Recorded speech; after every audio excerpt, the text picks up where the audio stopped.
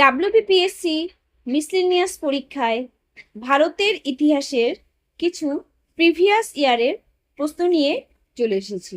নমস্কার বন্ধুরা, golden education ওয়ার্ল্ডে সকলকে স্বাগত জানাচ্ছি। চলো তাহলে ভিডিওটি দেখে নাও। ভিডিওটি ডাব্লিউবিপিএসসি মিসলেনিয়াস সহ বিভিন্ন রকম কম্পিটিটিভ এক্সামে কাজে আসবে। ভিডিওটি ভালো লাগলে, উপকারে আসলে লাইক করে দিবে, আর চ্যানেলে যদি নতুন এসে থাকো চ্যানেলটিকে সাবস্ক্রাইব করে দিবে।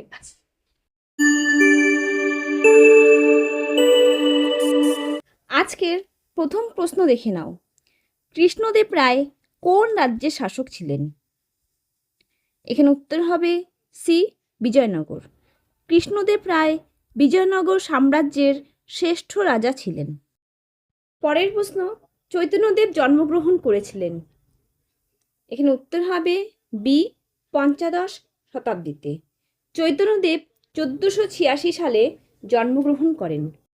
পরের প্রশ্ন, তানসেনের আসল নাম কি? এখানে উত্তর হবে বি, রামতনু পান্ডে। পরের প্রশ্ন, কুতুব মিনারের নির্মাণ কার্য কে শেষ করেন? এখানে উত্তর হবে সি, ইলতুৎমিশ। কুতুবউদ্দিন আইবক কুতুব মিনারের কার্য শুরু করলেও তা শেষ করতে পারেননি, তা শেষ করেন ইলতুৎমিশ। পরের প্রশ্ন, কম্ব রামায়ণ কোন ভাষায় লেখা? এখানে উত্তর হবে বি, তামিল। পরের প্রশ্ন, মহাবীর জৈনের কোথায় মৃত্যু হয়? এখানে উত্তর হবে বি, পাবা। মহাবীর জৈনের মৃত্যু 468 খ্রিস্টপূর্বাব্দে বিহারের পাবা নামক স্থানে 72 বছর বয়সে হয়েছিল। পরের প্রশ্ন, 1921 সালে মোপলা বিদ্রোহ শুরু হয়। এখানে উত্তর হবে বি, কেরলে। ভারতে প্রথম জাতিগত বিদ্রোহ হল মোপলা বিদ্রোহ।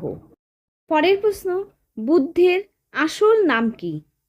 এখানে উত্তর হবে সি, সিদ্ধার্থ। পরের প্রশ্ন, রামচরিতের রচয়িতা কে? এখানে উত্তর হবে বি, সন্ধ্যাকর নন্দী। সন্ধ্যাকর নন্দী রচিত রামচরিত গ্রন্থে রামপালের পিতৃভূমির উদ্ধারের কাহিনী লেখা আছে। পরের প্রশ্ন, আকবরনামা কার লেখা? এখানে উত্তর হবে এ, আবুল ফজল। পরের প্রশ্ন, সীমান্ত গান্ধী নামে কে পরিচিত হন? এখানে উত্তর হবে ডি, খান আব্দুল গফফর খান। খান আব্দুল গফফর খান খোদাই খিদমতগার প্রতিষ্ঠা করেন। তার সদস্যরা লাল কোর্তা নামে পরিচিত ছিল। পরের প্রশ্ন, ভারতীয় জাতীয় কংগ্রেসের প্রথম অধিবেশন কোথায় অনুষ্ঠিত হয়? এখানে উত্তর হবে ডি, বোম্বে। ভারতীয় জাতীয় কংগ্রেসের প্রথম অধিবেশন 1885 সালের 28 থেকে 31 ডিসেম্বর পর্যন্ত বোম্বাইয়ের গোকুল দাস তেজপাল সংস্কৃত কলেজে অনুষ্ঠিত হয়। পরের প্রশ্ন, বিখ্যাত ইলবার্ট বিল বিতর্ক কার সময় ঘটেছিল? এখানে উত্তর হবে ডি, লর্ড রিপন। পরের প্রশ্ন, ভারতবর্ষে দাস বংশের প্রতিষ্ঠাতা কে ছিলেন? এখানে উত্তর হবে সি, কুতুবউদ্দিন আইবক। পরের প্রশ্ন, 1925 সালে কোন মহিলা ভারতীয় জাতীয় কংগ্রেসের সভাপতি হয়েছিলেন? এখানে উত্তর হবে এ, সরোজিনী নাইডু। 1917 সালে জাতীয় কংগ্রেসের কলকাতা অধিবেশনে প্রথম মহিলা সভাপতি হন অ্যানি বেসান্ত। পরের প্রশ্ন, কে প্রথম বাংলায় স্বাধীন সুলতানি বংশ স্থাপন করেছিলেন? এখানে উত্তর হবে এ, শামসুদ্দিন ইলিয়াস শাহ।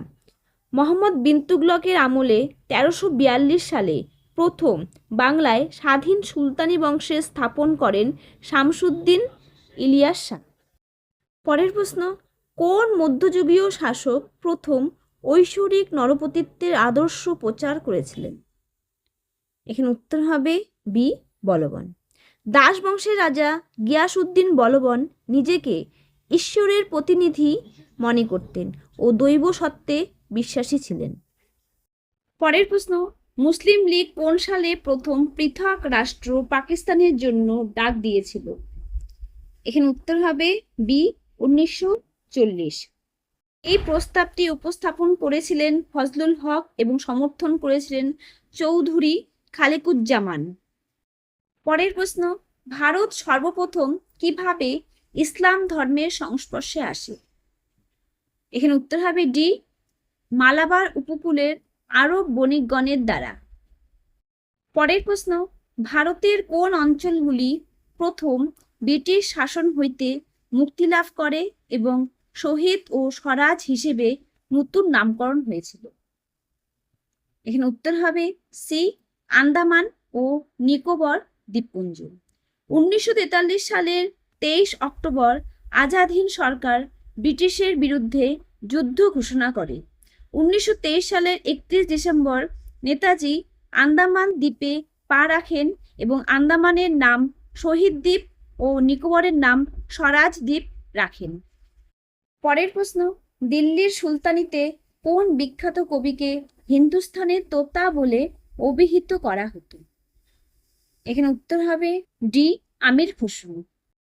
পরের প্রশ্ন, কে ইন্ডিয়ান ন্যাশনাল আর্মির পরিচালনার ভার অর্পণ করেছিলেন সুভাষচন্দ্র বসুকে, যিনি পরে এর নামকরণ করেন আজাদ হিন্দ ফৌজ?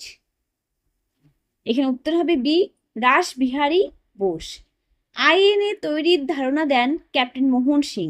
পরে রাসবিহারী বসু আইএনএ পুনর্গঠিত করেন এবং সিঙ্গাপুরে নেতাজি সুভাষচন্দ্র বসুকে আইএনএ এর পরিচালনার ভার অর্পণ করেন। পরের প্রশ্ন, কোন সালে সুভাষচন্দ্র বসু কংগ্রেসের প্রেসিডেন্ট নির্বাচিত হন? এখানে উত্তর হবে এ, 1938 সালে।